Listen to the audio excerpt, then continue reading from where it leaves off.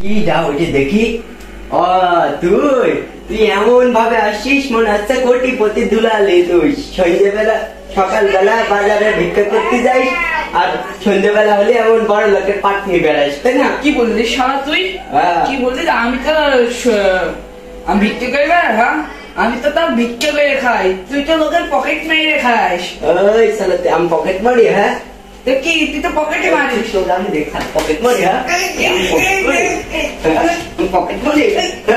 আরে ভাই কি হয়েছে? মানুষের বাড়ি এসে এমন ঝামেলা ঝগড়া করছেন কেন? হ্যাঁ, আপনারা দুজন তো ঠিকই, তোরা দুজন তো ঠিকই বলেছিস, তোরা কেউ ফকির না কেউ পকেট মার, ঠিকই তো বলিস। আবার মানুষের বাড়ি এসে ঝগড়া করছিস?